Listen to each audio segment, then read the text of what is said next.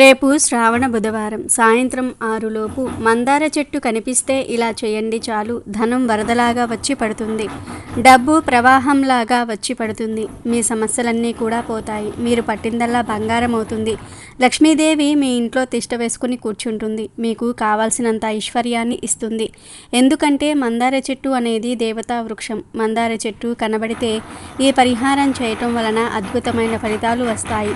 మందార చెట్టు చాలా శక్తివంతమైనది. మన కోరికలను తీర్చే శక్తి మందార చెట్టుకు ఉంది. మన కష్టాలను తొలగించే శక్తి మందార చెట్టుకు ఉంది.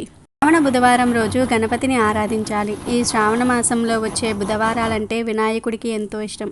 శ్రావణ బుధవారం రోజు మందార పూలతో విఘ్నేశ్వరుణ్ణి పూజిస్తే ఎనలేని సంపదలు వస్తాయి. ఎవరైతే ధన సంపద లేదని, ధనం రావటం లేదని, లక్ష్మీ అనుగ్రహం కలగటం లేదని బాధపడిపోతూ ఉంటారో వారు శ్రావణ బుధవారం రోజు మందార చెట్టు కనిపిస్తే ఈ విధంగా చేశారంటే జీవితంలో ఎప్పుడూ ధనానికి లోటు రాదు.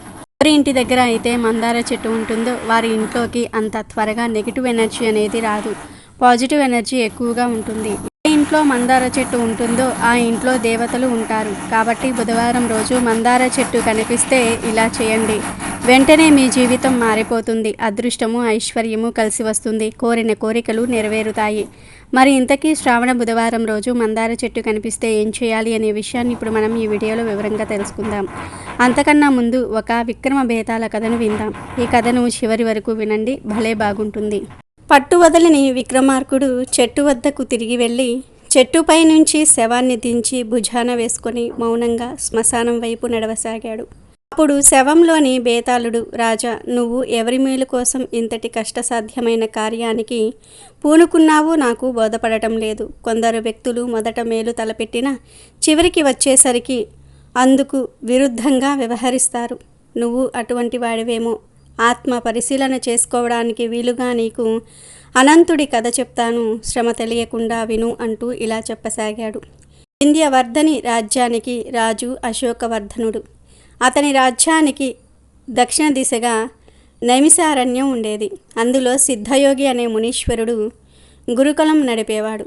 సిద్ధయోగికి తెలియని ధర్మశాస్త్రాలు కానీ వీర విద్యలు కానీ లేవు. అందుకే ఎందరో రాజులు తమ బిడ్డలను సిద్ధయోగి వద్ద శిష్యులుగా చేర్పించడానికి ఇష్టపడేవారు. అశోకవర్ధనుడు కూడా తన కుమారుడైన హర్షవర్ధన్ని సిద్ధయోగి సమక్షానికి తీసుకుపోయి, మునీశ్వర, నా కుమారుడిని శిష్యుడిగా స్వీకరించి భావి మహారాజుగా తీర్చిదిద్దండి అని కోరాడు. సిద్ధయోగి అందుకు సమ్మతించాడు. అదే సమయానికి పురుషోత్తముడు అనే రైతు తన కుమారుడైన అనంతుడిని సిద్ధయోగి వద్దకు తెచ్చి, మహానుభావ, నా కుమారుడికి వేద విద్యల పట్ల, వీర విద్యల పట్ల ఆసక్తి ఎక్కువ. అందుకే తమ వద్దకు తీసుకుని వచ్చాను. శిష్యుడిగా స్వీకరించి మంచి భవిష్యత్తును ప్రసాదించండి అని కోరాడు. సిద్ధయోగి అనంతుడిని కూడా శిష్యుడిగా స్వీకరించాడు. హర్షవర్ధనుడు, అనంతుడు గురువు చెప్పే విద్య పట్ల అమితమైన శ్రద్ధ చూపేవారు. సిద్ధయోగి వారిరువురు తమ ఉజ్జయినిలను గ్రహించాడు. అయితే హర్షవర్ధనుడు ప్రతిసారి అనంతుణ్ణి మించి ప్రతిభ కనపరిచారని ఆరాటపడేవాడు. అనంతుడు మాత్రం హర్షవర్ధుణ్ణి రాజకుమారుడిగా గౌరవించేవారు. అభిమానం చూపేవాడే గాని అసూయ పడేవాడు కాదు, పడేవాడు కాదు. ఒకరోజు యాగానికి అవసరమైన సమిధలు ఏరడానికి విద్యార్థులందరూ కలిసి అరణ్యంలోనికి వెళ్ళారు. అప్పుడు ఒక భల్లుకం వారి మీద దాడి చేసింది. విద్యార్థులు భల్లుకాన్ని చూసి పారిపోయారు. కానీ హర్షవర్ధనుడు ధైర్యంగా దాన్ని ఎదుర్కొన్నాడు. కానీ దాని బలం ముందు నిలవలేకపోయాడు. అంతలో అనంతుడు హర్షవర్ధుని పక్కకు నెట్టి భల్లుకంతో కలబడ్డాడు. భల్లుకంతో పోరులో తీవ్ర గాయాలైన అనంతుడు వెనక్కి తగ్గలేదు. శిష్యుల ద్వారా భల్లుకం విషయం తెలుసుకున్న సిద్ధయోగి అక్కడికి వచ్చి భల్లుకం మీద మంత్రజలం జల్లాడు. అంతటితో భల్లుకం స్పృహ తప్పి పడిపోయింది. అప్పుడు సిద్ధయోగి తీవ్ర గాయాలైన అనంతుని ఆశ్రమానికి తీసుకుని పోయి మూలికా వైద్యం చేశాడు. అనంతుడు వారం రోజులకు గాని కోలుకోలేకపోయాడు. ఒకరోజు హర్షవర్ధనుడు దూరంగా ఉన్న సమయాన సిద్ధయోగి, అనంత, హర్షవర్ధుణ్ణి ప్రాణాలకు తెగించి కాపాడావు. నీకు ప్రాణం మీద తీపి లేదా అని అడిగాడు. అందుకు అనంతుడు, గురువర్య, హర్షవర్ధనుడు భావి మహారాజు, ఒక సామాన్యుడనైనా నా ప్రాణం కంటే అతడి ప్రాణం విలువైనది, అందుకే అలా చేశాను అని చెప్పాడు. ఆ మాటలు విన్న సిద్ధయోగి అనంతుడి వంక ప్రశంసాపూర్వకంగా చూశాడు. హర్షవర్ధనుడు అనంతుడు వీర విద్యలన్నిటిల్లో కూడా సమంగా ఉన్న విలువిద్యలో మాత్రం అనంతుడిదే పై చెయ్యి ఉండేది. ఆ సమయంలో హర్షవర్ధుడికి తీవ్రమైన అసంతృప్తి ఉండేది. అందుకే అనంతుణ్ణి మించి ప్రతిభ కనపరచడానికి తీవ్రమైన కృషి చేసేవాడు. ఒక పర్యాయం సిద్ధయోగి విద్యార్థులను 2 జట్టులుగా విడగొట్టి విలువిద్య పోటీ పెట్టాడు. చివరిగా హర్షవర్ధనుడు అనంతుల మధ్య పోటీ జరిగింది. సిద్ధయోగి ఒక పూలదండను చెట్టు కొమ్మకు తగిలించి బాణంతో ఆ పూలదండను కాసింత దూరంలో ఉన్న దేవతా విగ్రహం మెడలో పడేలాగా చేయమని పరీక్ష పెట్టాడు. అంతేకాదు పూలదండలోని ఒక్క పువ్వు కూడా నేల రాలకూడదని షరతు పెట్టాడు. క్లిష్టమైన ఆ పరీక్షలో ఎవరు నెగ్గుతారోనని శిష్యులందరూ కూడా ఆసక్తి కనపరిచారు. తొలుత హర్షవర్ధనుడు వేసిన బాణం సూటిగా పోయి పూలదండను తాకింది. మరుక్షణం పూలదండ వెళ్ళి దేవతా విగ్రహం మెడలో పడింది. ఒక్క పువ్వు కూడా నేల రాలలేదు. తరువాత అనంతుడు వేసిన బాణం పూలదండను సరిగ్గా దేవతా విగ్రహం మెడలో పడవేసింది గాని కొన్ని పూలు నేల రాలాయి. సిద్ధయోగి హర్షవర్ధుణ్ణి విజేతగా ప్రకటించాడు. ఆ రాత్రి విద్యార్థులందరూ కూడా నిద్రించాక సిద్ధయోగి అనంతుడితో, అనంత, నీవు పోటీలో కావాలనే ఓడిపోయావని నేను గ్రహించాను. ఎందుకలా చేశావు అని ప్రశ్నించాడు. అందుకు అనంతుడు, గురుదేవ, హర్షవర్ధనుడు విలువిద్యలో నాకంటే తక్కువగా భావించి ఆత్మాన్యూన్యతా భావం పెంచుకుంటున్నాడు. అతనిలో ఆత్మవిశ్వాసం నింపడానికే నేను కావాలని ఓడిపోయాను అని చెప్పాడు. సిద్ధయోగి అనంతుడి వంక మెచ్చుకునేలాగా చూశాడు. విలువిద్య పోటీలో తను గెలుపొందాక హర్షవర్ధనుడు అనంతుణ్ణి చిన్నచూపు చూడసాగాడు. తోటి విద్యార్థుల దగ్గర అనంతుడి గొప్పవాడు లేడని, అనంతుడి లాంటి 10 మందిని ఏకకాలంలో ఓడించగలనని గొప్పలు చెప్పుకోసాగాడు. అందుకు అనంతుడు బాధపడేవాడు కాదు. కానీ నిజం తెలిసిన సిద్ధయోగి మాత్రం బాధపడేవాడు. పర్యాయం సిద్ధయోగి అనంతుడిని చెరబిలిచి, నాయనా, నా దగ్గర ఉన్న శిష్యులందరిలో నీవు ఉత్తముడివి, నాకు ప్రియమైన శిష్యుడివి. గురువు ఎప్పుడు మరెవరికి నేర్చని కొన్ని మెలకులను తన ప్రియమైన శిష్యుడికి నేర్పుతాడు. అందుకే ఖడ్గ చాలనంలోని కొన్ని రహస్య మెలకువలు నీకు నేర్పుతాను అన్నాడు. అందుకు అనంతుడు, గురుదేవ, మీరు నాపై చూపుతున్న అభిమానానికి కృతజ్ఞుణ్ణి. అయితే నా అభ్యర్థన ఏమిటంటే ఆ మెలకువలు హర్షవర్ధుడికి నేర్పండి. ఎందుకంటే నాకంటే అతనికి శత్రుభయం ఎక్కువ. ఖడ్గ చాలంలోని ఆ మెలకువలు అతడికి మరింత ఉపయోగకరంగా ఉంటాయి అని కోరాడు. అప్పుడు సిద్ధయోగి అనంత, నీ వంటి స్నేహితుడిని పొందిన రాజకుమారుడు అదృష్టవంతుడు అన్నాడు. కొద్ది సంవత్సరాలకు వారి విద్యాభ్యాసం ముగిసింది. చివరిసారిగా విద్యార్థుల మధ్య సిద్ధయోగి పోటీలు పెట్టదలిచాడు.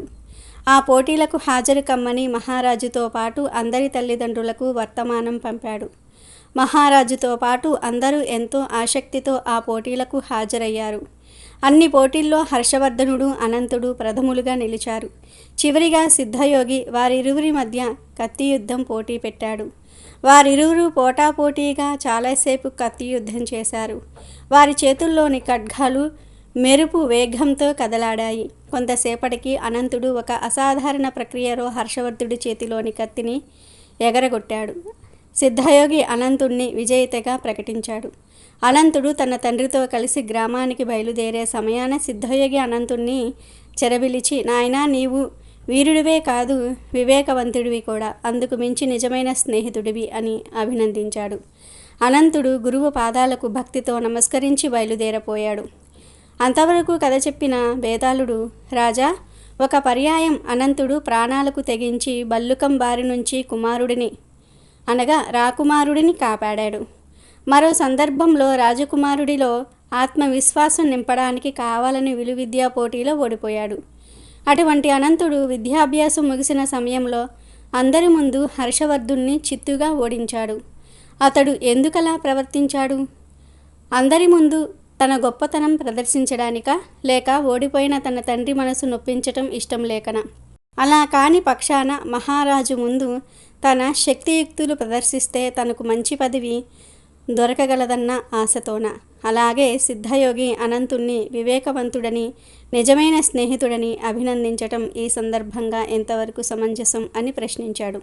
అప్పుడు విక్రమార్కుడు, బేతాళ, అనంతుడు రాజకుమారుడిలో ఆత్మవిశ్వాసం నింపడానికి చేసిన ప్రయత్నం అతడిలో అహంకారాన్ని నింపింది. అందుకే రాజకుమారుడు గతంలో అనంతుడు తన ప్రాణం కాపాడిన వైనం కూడా మరిచి అతన్ని పదే పదే చిన్నచూపు చూడసాగాడు.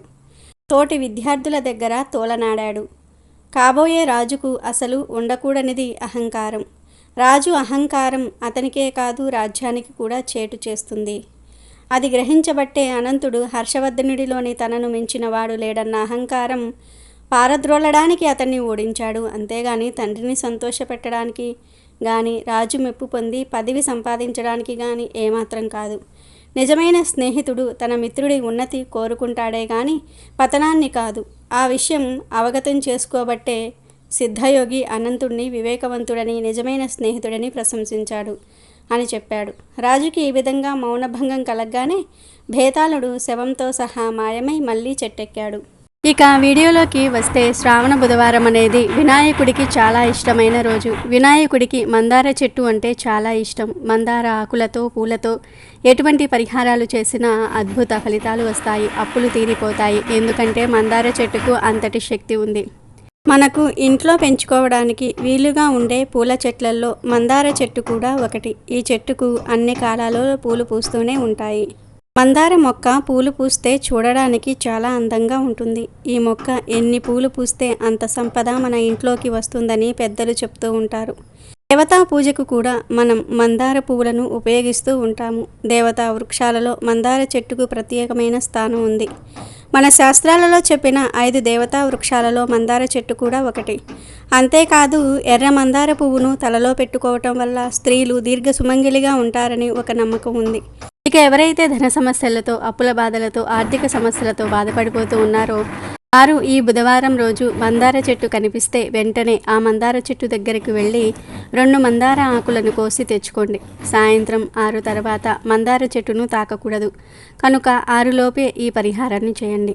ముందు మందార చెట్టు కనిపిస్తే వెంటనే 2 మందార ఆకులను కోసి ఇంటికి తెచ్చుకోండి. తర్వాత ఆ మందార ఆకులను నీటితో శుభ్రం చేయండి. ఆ తర్వాత ఒక చిన్న గిన్నెలో 1 స్పూన్ పసుపును వేసి ఆ పసుపులో కొన్ని నీళ్లు కలిపి పేస్ట్ లాగా చేసుకొని ఆ పేస్ట్లో కుడి చేతి ఉంగరపు వేలిని ముంచి 2 మందార ఆకుల మీద 2 స్వస్తిక్ గుర్తులను వేయండి. తర్వాత ఈ 2 ఆకులను తీసుకుని మీ 2 చేతుల్లో పట్టుకుని ఒక్కసారి ఇల్లంతా తిరగండి. అలా తిరిగేటప్పుడు మాకు ధనం కావాలి, సమస్యలు పోవాలి, ఇబ్బందులు పోవాలి, ఇక మేము ఏ బాధలు లేకుండా ఆనందంగా జీవించాలి అని మనసులో కోరికను చెప్పుకోండి. వంటగది, బెడ్రూము, హాల్ ఇలా ఇల్లంతా తిరిగేసిన తర్వాత ఈ 2 ఆకులను తీసుకుని వెళ్ళి మీ ఇంటి మెయిన్ డోర్ గుమ్మానికి 2 వైపులా పెట్టి వదిలివేయండి. 24 గంటల పాటు అంటే ఒక రోజు మొత్తం ఆ ఆకులు అలా ఉండేలాగా పెట్టండి. 24 గంటల తర్వాత ఆ ఆకులను తీసి ఎక్కడైనా సరే పారే నీటిలో పడవేయండి. మందార ఆకులు ఎండకపోయినా పర్వాలేదు. ఆ ఆకులను తీసి పడేయండి. 2 మందార ఆకులతో ఇలా చేస్తే ఖచ్చితంగా మీకు ఉండే ధనపరమైన సమస్యలు పోతాయి, ధనం వరదలాగా వస్తుంది. కనుక మీరు కూడా ఈ శ్రావణ బుధవారం రోజు మందార చెట్టు దగ్గర ఈ పరిహారాన్ని చేసి శుభ ఫలితాలను పొందండి.